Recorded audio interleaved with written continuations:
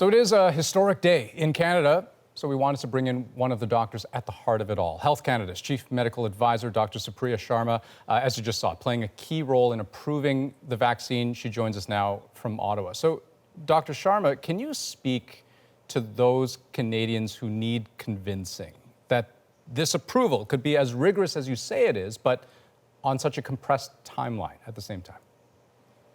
Sure. Well, I can understand why people think that, what's the difference between the normal review that Health Canada that takes a year and this that you've managed to do in just a couple of months. And in reality, we're holding the vaccines to the same standards. But what we've done is that we put more resources on it. We're doing things, in parallel rather than doing one thing after another. And the most important part is that we've been able to start the review of the materials and look at the data as it's been coming in. So it's been done in real time. I think people don't know how much of the regular review time, is often spent either waiting for data or asking questions and waiting for responses. And that's the other part. When we've gone to the company and asked them questions about their data or about additional information, they've been very quick to respond, and we've looked at those right away. So even though the overall timeline has been shorter, the review itself has actually been just as rigorous as we normally do for a vaccine. But I guess the pressure for you to arrive at a very specific outcome must have been very real, right?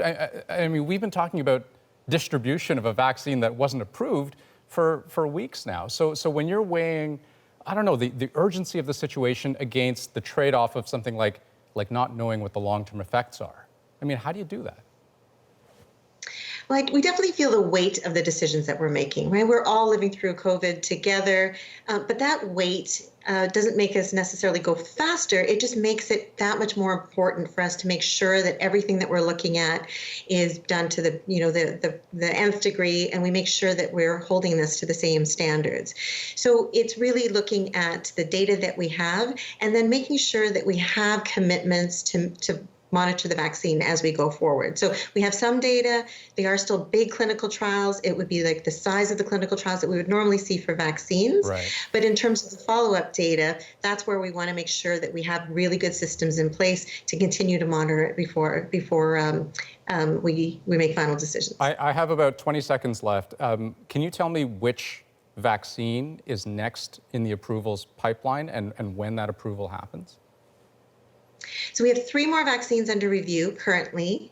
It's one by Moderna, one by AstraZeneca, and then we have the Johnson & Johnson, which is the most recent one. So out of those 3, the Moderna vaccine is definitely the one that's that's furthest advanced. We are still waiting for some additional information to come in, especially around the manufacturing. So things are progressing really well, and we're hoping that we'll be able to, complete the authorization soon. But it really depends on the data that comes in. All the evidence and the science really has to be looked at, right. And we wait till we see all of that before we make a final decision. Before the end of 2020, do you think? I thought that may be within the realm of possibility, but Okay. It really hinges on some information that we're expecting in the next couple of weeks. Dr. Sharma, thank you so much for your time. Thank you.